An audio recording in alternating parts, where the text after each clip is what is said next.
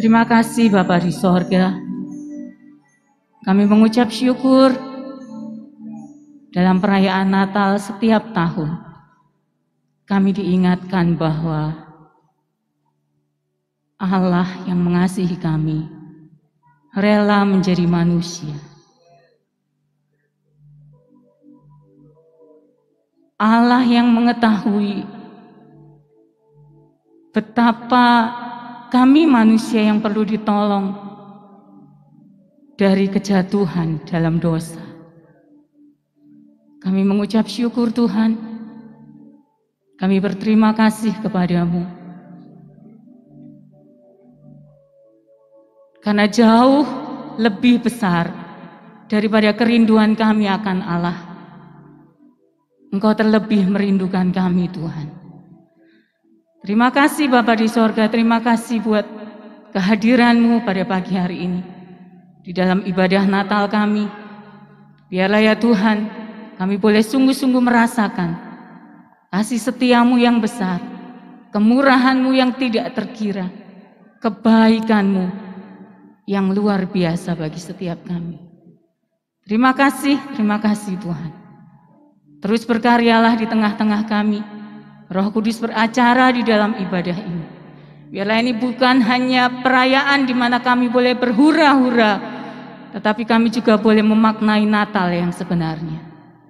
Terima kasih Bapa, dalam nama Yesus kami berdoa dan mengucap syukur. Amin. Puji Tuhan, silahkan duduk kembali Bapak Ibu Saudara.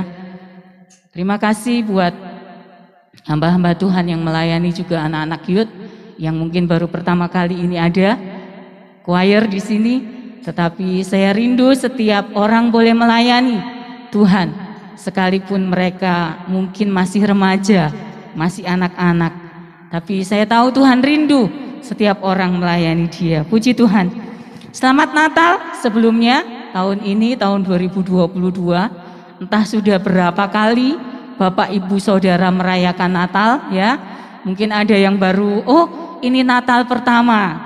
Kalau Bapak Ibu lihat di YouTube, di medsos, Natal pertama untuk aktris ini, Natal pertama untuk aktor ini. Seakan-akan semua didengung-dengungkan ya kalau ini Natal pertama. Tapi biarlah bagi setiap kita, Natal itu sungguh-sungguh ada di hati kita. Enggak tiap tanggal 25 Desember saja Tuhan Yesus hadir. Tuhan Yesus harus lahir di hati kita setiap hari. Setiap hari kita boleh merasakan Yesus. Bukan cuma lahir jadi bayi terus ya, tapi bertumbuh dewasa. Pada pagi hari ini saya rindu membagikan firman Tuhan tentang seeking God. Coba ditampilkan seeking God. Kita belajar dari para Majus. Ada berbagai macam cara manusia dalam usaha mencari Tuhan. Ya. Bisa melalui agama, bisa melalui filsafat, bisa melalui kebatinan, atau melakukan ritual-ritual tertentu untuk mencari Tuhan. Manusia sebenarnya tidak dapat mengenal Tuhan kalau Tuhan tidak memberikan dirinya bagi kita. Kalau Bapak Ibu lihat di dalam media sosial, ada YouTube, ada TikTok, mereka memberikan khotbah-khotbah, mungkin potongan khotbah, sesuatu yang dinilai penting, dipotong, dimasukkan ke TikTok, dimasukkan ke YouTube Short, atau ada juga podcast yang kadang kita bisa ikuti 1 jam misalnya. Bagaimana mereka mencari Tuhan? Mencari Tuhan bisa dibilang mudah, tapi bisa juga dibilang sulit. Ya, ada ibadah-ibadah di gereja-gereja besar atau di mal-mal di mana kita bisa beribadah. Motivasi orang mencari Tuhan bisa beda. Ada seorang yang berkata begini, Bapak ke gereja, saya bilang, dia seorang yang sudah relatif tua. Iya, kalau sekarang ke gereja itu enak. Kita bisa datang ke mall, ya ke gereja, habis itu sama seluruh keluarga bisa makan bareng. Kalau dulu jarang-jarang kita kayak gini, tapi sekarang kita bisa setiap minggu datang beribadah sambil nge-mall, makan setelahnya. Ada banyak cara orang mencari Tuhan, ada banyak motivasi orang mencari Tuhan. Tapi pagi ini kita akan belajar dari para Majus, ya, sebuah kisah yang mungkin sudah sering kita dengar, apalagi kalau kita dari sekolah minggu sudah datang beribadah. Kita akan baca Matius pasal 2 ayat 1 sampai 12.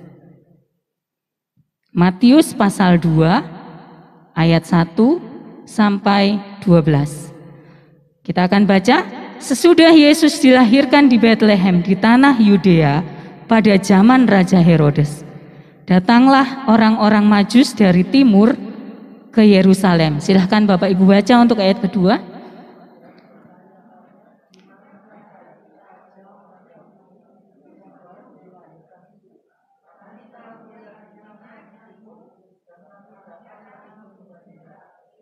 Amin. Yang berikutnya, ketika Raja Herodes mendengar hal itu, terkejutlah ia beserta seluruh Yerusalem.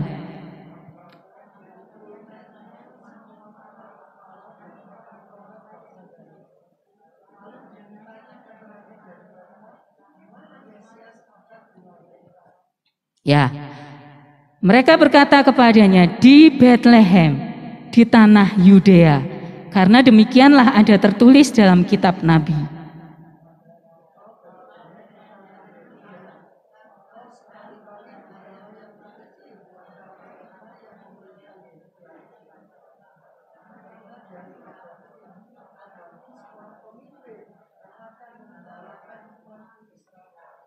Ya. Lalu dengan diam-diam Herodes memanggil orang-orang Majus itu dan dengan teliti bertanya kepada mereka, bila mana bintang itu nampak.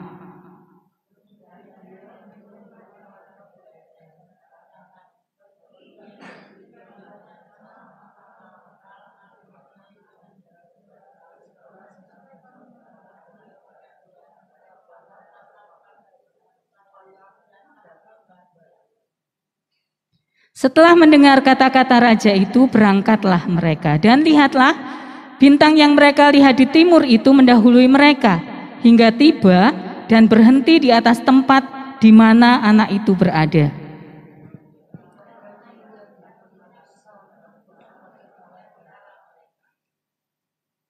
Maka masuklah mereka ke dalam rumah itu, dan melihat anak itu bersama Maria ibunya, lalu sujud menyembah dia.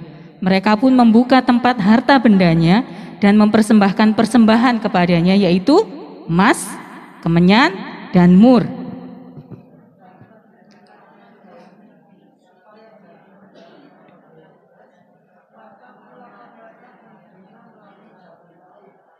Amin. Di antara beberapa kisah Natal, ada sebuah kisah yang unik tentang beberapa orang yang mencari keberadaan Yesus. Berapa orang? Benar. Enggak apa-apa, itu enggak penting. Penulis hanya Injil Matius. Dari 4 Injil, hanya Matius yang menuliskan tentang orang Majus. Di situ dikisahkan sekelompok orang pandai, cerdik cendekia, mereka melihat bintang, memperhatikan bintang. Mereka adalah ahli-ahli ilmu astrologi. Bahasa aslinya mereka adalah magos. Makanya di bahasa Indonesia disebutkan Majus. Tapi kalau Bapak Ibu lihat di bahasa Inggris, mereka disebut wise men, orang-orang bijak. Ya, mereka mempelajari ilmu perbintangan, dan pada satu ketika mereka melihat ada satu bintang yang berbeda dengan bintang lainnya. Saya nggak tahu apakah bintang itu bintang berekor, bintang jatuh, komet. Mungkin Bapak Ibu pernah lihat ya, ada bintang gitu tiba-tiba turun ke satu tempat. Itu kalau ada orang bilang, cepat-cepat bikin permohonan, cepat-cepat bikin permohonan. Karena kalau permohonan dilakukan pada saat itu, katanya akan terkabul. Saya tidak ngomongin soal bintang berekor, saya tidak ngomongin tentang komet, tapi bisa jadi juga bintang itu adalah bintang yang bersinar paling terang di antara bintang-bintang lainnya. Para magos ini beranggapan dan mungkin meneliti dari buku-buku perbintangan yang mereka punya bahwa bintang itu adalah tanda akan hadirnya seorang raja baru. Seorang raja baru. Mungkin mereka mikir-mikir dulu ya, sempat berdiskusi satu dengan yang lain. Apakah kita harus ngikuti bintang itu ya? Sampai akhirnya mereka bersepakat, oke, kita akan pergi mengikuti arah bintang itu. Kepergian mereka tentu saja bukan sesuatu yang biasa, karena pada saat itu belum ada kendaraan, paling-paling hanya onta. Mereka bersiap, mempersiapkan bahan makanan mungkin, minuman yang mereka perlukan untuk perjalanan. Ke arah mana ya mereka kira-kira? Nggak tahu, karena mereka juga nggak tahu. Tadi di sebuah ayat disebutkan bahwa ketika mereka melihat bintang itu lagi, bersukacitalah mereka. Jadi sebenarnya orang-orang ini, para magos ini, nggak tahu kemana mereka mau pergi. Tapi mereka bawa bekal, dan yang penting ternyata mereka bawa persembahan. Tadi kita baca, mereka bawa persembahan emas, kemenyan, dan mur. Karena mereka tahu mereka akan berhadapan dengan seorang raja, sekalipun mungkin masih bayi, karena memang itu tandanya adalah tanda kelahiran baru, maksudnya raja yang baru lahir. Bapak Ibu Saudara, perjalanan yang mereka tempuh tentulah nggak mudah, karena mereka nggak lewat kota-kota, tapi karena mereka lewat padang gurun. Siang hari panas banget, kalau malam dingin banget, ya. Di dalam perjalanan itu mereka mungkin saja dihadang oleh para perampok. Itu sebabnya kalau tadi Bapak Ibu bilang jumlah magos ini hanya 3, saya secara pribadi merasa tidak mungkin. Karena kalau bertiga saja menempuh perjalanan jauh, itu pasti beresiko. Ada yang bilang 3, ada yang bilang 4, ada yang bilang terserahlah. Ya, jumlah tidaklah penting. Tapi kita mau perhatikan, kalau menurut beberapa penafsir, mereka berasal dari Persia. Persia ke Yerusalem itu jaraknya sekitar 1.600 km. Mereka tidak naik becak, tidak naik sepeda, tidak naik motor, tidak naik kapal, enggak, berjalan kaki. Coba kita hitung berapa lamanya perjalanan mereka. 1.600 km. Kalau kita perhatikan, satu langkah kaki manusia itu 50 cm. Orang Jepang bilang begini, untuk hidup panjang, umur panjang, seorang Jepang harus berjalan berapa langkah? Ada yang pernah tahu iklan online? Iya, 10.000 langkah. Ada yang pernah jalan 10.000 langkah sehari? Di handphone saya itu ada penghitung langkah. Kalau saya pas libur hari Sabtu, saya pas libur, saya selalu ajak suami, ayo jalan, kita ikuti langkahnya dari handphone. Saya bawa handphone supaya ini langkah. Di dalam handphone saya itu targetnya adalah 6.000 langkah. 6.000 langkah itu kalau dihitung berarti kira-kira 3 kilometer. Nah, kalau orang Jepang berjalan 10.000 langkah, itu berarti kira-kira 5 kilometer per hari. Jadi coba kita bayangkan, orang Majus ini berjalan 5 kilometer sehari. Untuk 1.600 dibagi 5, itu dibutuhkan 320 hari. Jadi kalau dibagi 30 sekitar 10 bulan sampai 11 bulan. Tapi saya tahu mereka nggak jalan ya, mereka bawa onta. Jadi saya juga nggak tahu langkahnya onta, saya coba cari di Google berapa meter sih langkahnya onta, mungkin lebih lebar, dari langkah manusia, tetapi onta jalannya lambat ya, saya nggak tahu. Jadi kita perkirakan saja bahwa mereka menempuh perjalanan mereka dalam 10 sampai 11 bulan. Itu sebabnya kalau memperhatikan hal ini, Bapak Ibu pernah lihat lukisan di mana ada bayi Yesus di dalam palungan, ada papanya, ada mamanya, ada para gembala, betul? Sama domba-domba, terus ada orang Majus. Kira-kira hal ini benar nggak? Dalam satu lukisan ada bayi Yesus di palungan, di kandang, kemudian ada gembala, ada para Majus juga. Itu menurut saya pelukis hanya ingin menggambarkan kisah Natal dalam satu kanvas. Tapi sebenarnya si Majus, orang-orang Majus ini datangnya bukan waktu Yesus masih bayi. Maksud saya bukan bayi baru lahir ya, bukan bayi baru lahir. Tapi kira-kira umur setahun, Tuhan Yesus umur setahun. Itu sebabnya tadi di ayat di Matius pasal 2 disebutkan bahwa Yesus ditemui di dalam sebuah rumah, bukan lagi di kandang. Oke? Gak apa-apa, itu yang saya ingin bagikan sebagai sekedar pengetahuan. Bapak Ibu Saudara, sama seperti pengalaman para Majus, terkadang proses mencari Tuhan tidak mudah. Ya, perjalanan iman kita harus mengalami banyak sekali kesulitan, pencobaan, penderitaan. Mungkin ada di antara kita yang kenal Tuhan sejak kecil. Saya lahir di sebuah keluarga Kristen. Saya bersyukur sejak bayi saya dibawa ke gereja untuk sekolah minggu sejak kecil. Tapi mungkin ada juga di antara kita yang mengenal Tuhan setelah menjadi besar. Bapak Ibu tahu, pergumulan untuk menjadi seorang percaya dari seorang yang awalnya tidak mengenal Tuhan itu pasti sangat berat. Di dalam batinnya sendiri, di dalam hatinya sendiri, pasti ada banyak pergolakan. Saya mau melangkahkah keluar dari zona nyaman saya, dari yang sebelumnya belum pernah kenal Tuhan. Ketika mendengar firman mungkin saya tiba-tiba pengen kenal Tuhan, jadi anak Tuhan, menjadi Kristen, itu pasti pergolakan yang hebat di dalam hati. Bersyukur ada orang-orang yang mampu mengatasinya. Saya sendiri nggak pernah bayangkan gimana caranya untuk berpindah keyakinan dari yang sebelumnya tidak mengenal Tuhan untuk menjadi murid Tuhan.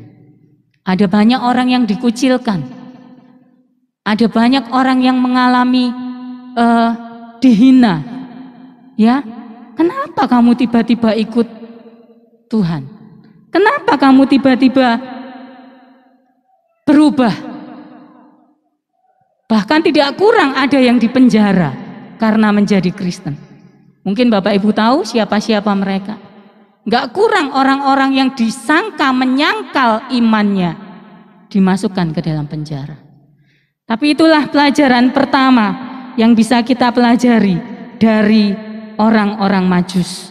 Mereka berupaya sedemikian rupa dalam usaha mencari Tuhan. Kitab Amos pasal 5 ayat 4-6 berkata tentang jalan menuju hidup adalah dengan mencari Tuhan. Kita akan baca Amos pasal 5 ayat 4-6. Amos pasal 5 ayat 4-6. Sebab beginilah firman Tuhan kepada kaum Israel. Carilah aku, maka kamu akan hidup. Janganlah kamu mencari Betel, janganlah pergi ke Gilgal, dan janganlah menyeberang ke Beersheba. Sebab Gilgal pasti masuk ke dalam pembuangan, dan Betel akan lenyap. Carilah Tuhan, maka kamu akan hidup, supaya jangan ia memasuki keturunan Yusuf bagaikan api yang memakannya habis, dengan tidak ada yang memadamkan bagi Betel. Amos pasal 5 ayat 4-6 berkata, carilah Tuhan, maka kamu akan hidup. Bapak Ibu Saudara, saya nggak tahu kita hadir di tempat ini hari ini, di hari Natal ini, kita merayakan Natal. Saya tidak tahu persis apa motivasi Bapak Ibu Saudara, tapi yang saya rindukan, mungkin seperti yang Tuhan rindukan, kita rindu perjumpaan dengan Tuhan. Amin. Berjumpa dengan Tuhan akan membuat kita hidup.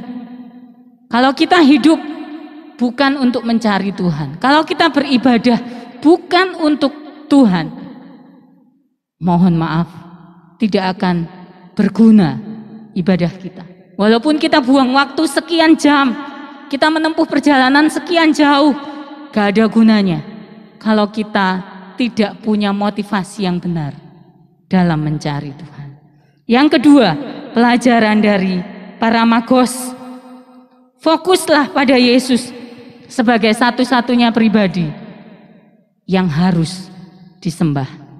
Bapak Ibu Saudara, ketika para Majus berangkat melihat bintang itu, pastilah mereka berpikir, oh, raja ini adalah raja yang istimewa. Kelahirannya saja ditandai dengan peristiwa alam.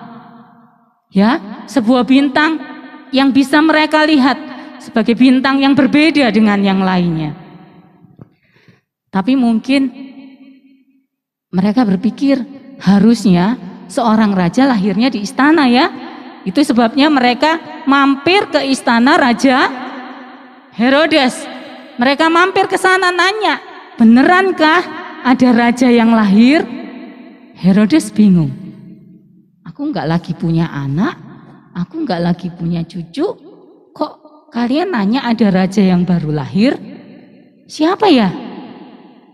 Herodes memanggil imam ahli Taurat yang mempelajari kitab-kitab, yang meneliti.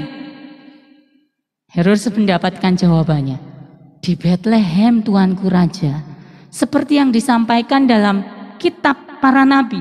Waktu itu Alkitab mungkin belum disusun sedemikian rupa, tapi hari ini kita tahu di Mika pasal 5 ayat 1 dikatakan bahwa di Bethlehem, di tanah Yudea, akan lahir seorang pemimpin yang akan menggembalakan umat Israel. Mereka bingung, Herodes bingung. Para imam dan ahli Taurat berkata, iya benar, di Bethlehem. Herodes manggil para Majus, kamu kesana gih, liaten, beneran gak sih? Tanda yang kamu lihat, beneran gak sih? Nubuatan yang disampaikan oleh imam-imam ini dibacakan. Kalau beneran dia ada di sana, info ya, nanti aku akan juga datang untuk menyembah dia. Bapak Ibu Saudara, para Majus gak pernah ngerti bahwa hatinya Herodes bukan seperti yang diucapkan. Di awal kedatangan mereka, mereka bilang kepada Herodes, kami datang dari jauh untuk menyembah dia. Herodes nyontoh, oke, nanti aku akan juga menyembah dia. Nanti belakangan kita tahu bahwa Herodes bukan punya hati yang sama dengan para Majus. Para Majus meneruskan perjalanannya tetap dengan bintang yang sama. Mereka diarahkan kemana harus melangkah. Didapatilah sebuah rumah di mana mereka bertemu dengan Yesus. Waktu mereka ketemu Yesus, mungkin mereka bingung.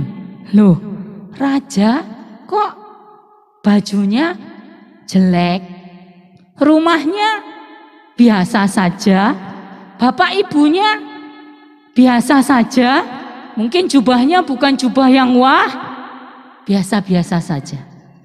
Mungkin mereka bisa menjadi kecewa dan mundur, ndak jadi dah, salah rasanya ini, pulang aja yuk. Tapi itu tidak dilakukan oleh para magos. Mereka tahu siapa yang mereka tuju. Ketika mereka melihat Yesus, mereka segera sujud menyembah. Ketika mereka melihat Yesus, mereka segera membuka tempat oleh-oleh mereka. Mereka kasih emas, kasih kemenyan, kasih mur kepada Yesus. Padahal bayi, anak kecil yang mereka lihat itu bukan, maksud saya enggak ada gaya-gayanya kayak anak sultan ya. Kalau kayak anak sultan bajunya bagus, bermerek, ini enggak. Tapi mereka yakin bahwa Yesus adalah pribadi yang harus disembah. Itu teladan kedua, bahwa kita harus fokus menyembah Yesus. Dalam pengiringan kita kepada Tuhan, kadang kita menjadi lelah. Tuhan, aku ini sudah ikut Tuhan, aku ini sudah berdoa tiap pagi, aku sudah membaca firman tiap pagi, aku sudah berpuasa, aku sudah melakukan yang baik, aku sudah memberikan persembahan, aku sudah kasih orang miskin, aku sudah melakukan semua yang Tuhan mau. Tapi hidupku ya kayak gini tok, gak berubah.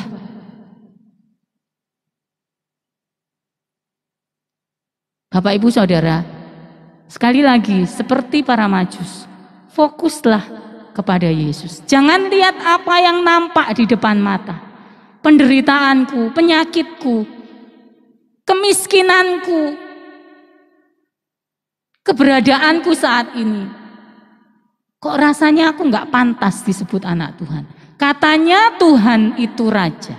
Katanya Tuhan itu Maha Kuasa. Katanya Tuhan itu segala-galanya. Kenapa aku ya kayak gini-gini terus? Kemarin saya baru mendengar berita seorang sahabat saya waktu masih kecil. Biasanya kami pelayanan bersama-sama dalam sebuah vokal grup kecil. Dipanggil Tuhan pulang. Kaget, terus terang kaget. Usianya 58 tahun. Dia ketahuan menderita kanker paru. Saya tanya, memang saya sudah lama nggak bertemu, tetapi saya masih dengar kabarnya. Kami berencana besok akan menengok dia, tapi ternyata kemarin beritanya sudah datang. Dia dipanggil Tuhan pulang. Adik saya memberitahukannya, saya bilang, wah cepat sekali ya, hanya dalam sekitar 2-3 bulan.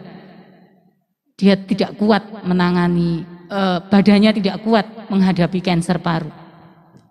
Tapi adik saya berkata ada seorang yang melihat penglihatan di dalam mimpinya bahwa sahabat saya ini dijemput malaikat. Itu beberapa hari sebelumnya. Jadi dalam kesedihan adik saya berbicara, percayalah bahwa Tuhan memperhatikan semua yang sudah dia lakukan selama ini.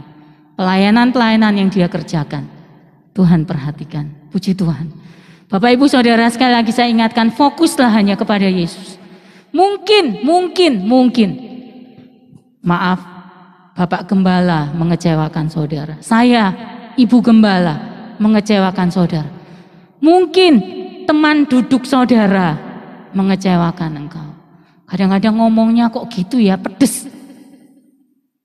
Tapi di dalam ibadah, dalam kehidupan, dalam segala hal, fokus hanya kepada Yesus. Amin. Seperti para Majus, itulah hal yang kedua yang kita pelajari dari para Majus. Kita juga membaca Tuhan Yesus sendiri pernah berkata di dalam Matius 11 ayat 6. Kita akan baca sebentar, Matius 11 ayat 6. Dan berbahagialah orang yang tidak menjadi kecewa dan menolak aku. Ini kata Yesus. Tuhan Yesus bilang ada banyak hal yang bisa membuat kita kecewa dan mundur dari Tuhan. Tapi Tuhan Yesus berkata, berbahagialah orang yang tidak menjadi kecewa dan menolak aku. Pelajaran ketiga yang kita pelajari dari para Majus, ikuti petunjuk Tuhan dalam perjalanan hidup kita mengiring Tuhan. Ya, para Majus ini orang yang tidak pernah membaca kitab-kitab Taurat. Mereka tidak pernah tahu apa yang dinubuatkan para nabi menjelang kedatangan Mesias. Mereka lihat bintang, mereka taat. Dan ketika bertemu Yesus, belum selesai Tuhan dengan mereka. Kita akan baca ayat 12 dari Matius pasal 2. Dan karena diperingatkan dalam mimpi supaya jangan kembali kepada Herodes, maka pulanglah mereka ke negerinya melalui jalan lain. Setelah pertemuan dengan Yesus, Allah memberi mereka pengalaman baru, melangkah di jalan yang belum pernah mereka lalui. Bapak Ibu Saudara, sekali lagi saya katakan, para Majus mungkin gak pernah ngerti kalau Herodes punya rencana ingin membunuh bayi itu. Yang mereka dengar dari mulut Herodes keluar, info ya, nanti aku juga datang menyembah dia. Bisa jadi mereka mau kembali ke Yerusalem dan menemui Herodes. Tapi Allah memotong rencana mereka. Melalui mimpi, Allah berfirman, jangan balik dengan cara yang sama. Lewat jalan lain. Mungkin mereka nggak pernah tahu jalan apa itu. Mungkin mereka nggak ngerti. Bisa jadi mereka mungkin mikir, mimpi kok aneh-aneh sih. Tadi lo kita lewat sini, ya udah pulang lewat sini. Tapi mimpinya berkata jangan lewat sana lagi, lewat yang sini. Untungnya mereka taat. Sehingga keberadaan Yesus masih menjadi rahasia bagi Herodes. Itu sebabnya di ayat-ayat berikut kalau Bapak Ibu ikuti, Herodes mengambil keputusan untuk membunuh bayi-bayi di bawah umur 2 tahun. Karena Herodes gak tahu pasti umur berapa bayi Yesus itu. Pokoknya dia pikir masih bayi ya sudahlah, di bawah umur 2 tahun. Sesaat kemudian ketika para Majus pergi, Herodes melakukan pembunuhan massal bagi anak-anak di bawah 2 tahun. Tapi Allah yang sudah merencanakan proses penyelamatan manusia sejak awal, sejak Adam dan Hawa jatuh dalam dosa. Semua rencana sudah disusun sedemikian rupa oleh Allah. Tidak boleh ada orang yang menggagalkannya. Sekalipun dia Herodes, sekalipun dia orang Majus, Tuhan gak mau rencananya gagal. Tuhan atur sedemikian rupa. Orang Majus diberi mimpi supaya nggak lewat jalan itu. Mirip dengan apa yang dialami oleh Yusuf ketika dia diam-diam hendak menceraikan Maria. Nggak layak dia sudah jadi istriku. Dia sudah mengandung di luar nikah.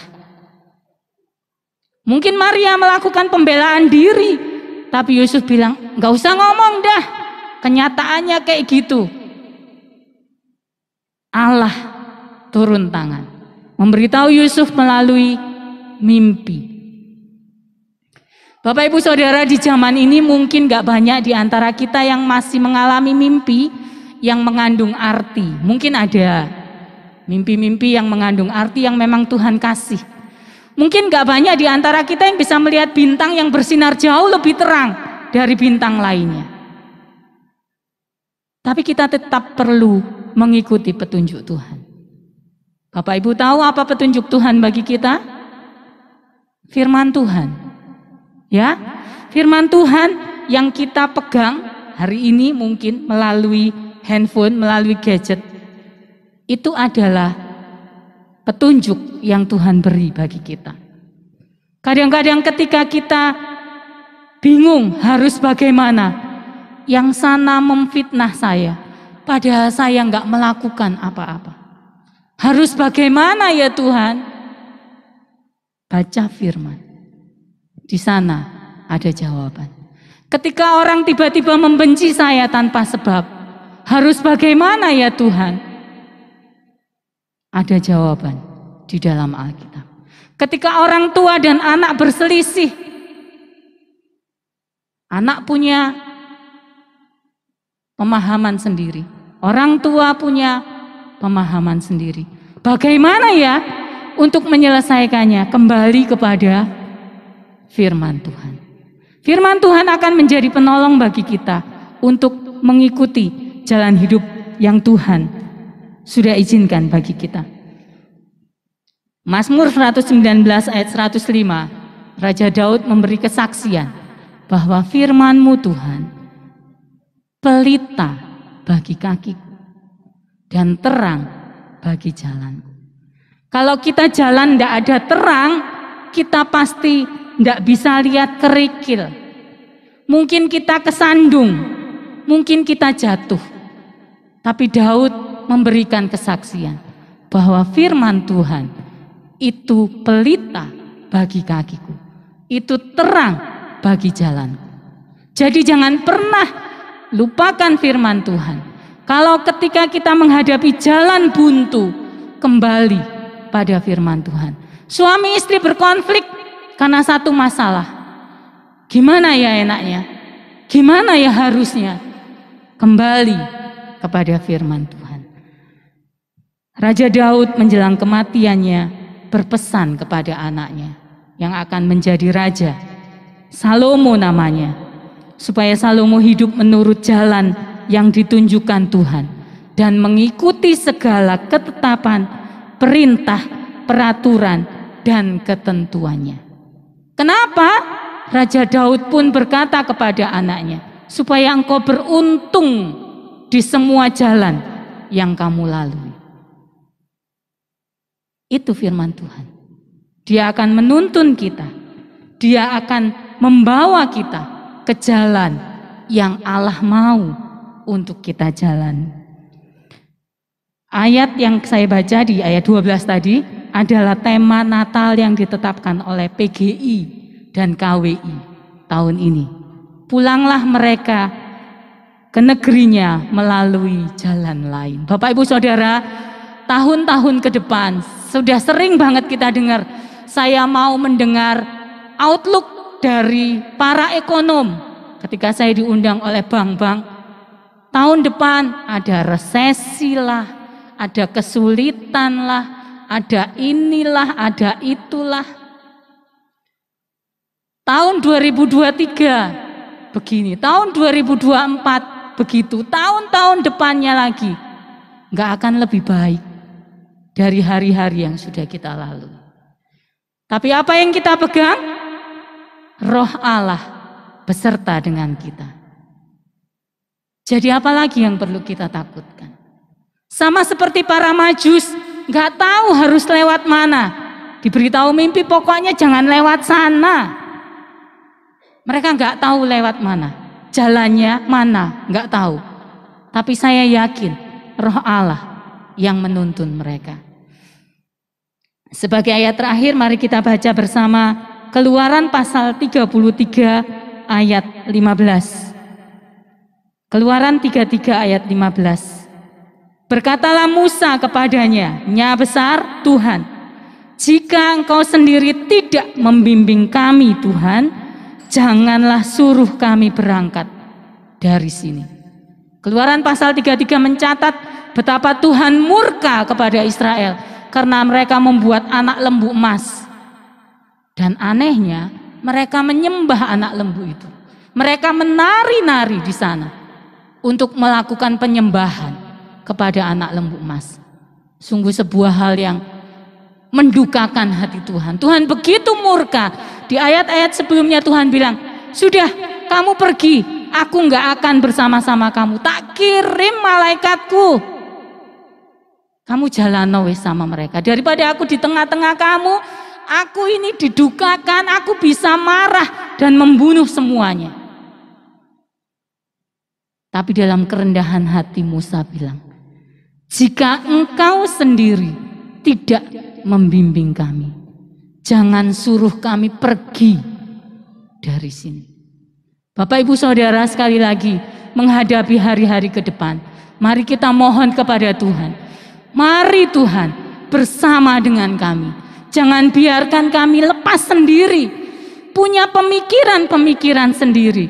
Sekalipun kami pintar, sekalipun kami berpengalaman, tapi biarlah Tuhan beserta dengan kami. Amin. Pada akhirnya ya Tuhan, kami mengucap syukur kepada Tuhan. Pada akhir ibadah kami boleh melihat penyertaan pertolongan Tuhan di sepanjang ibadah dan peringatan Natal pada pagi hari ini.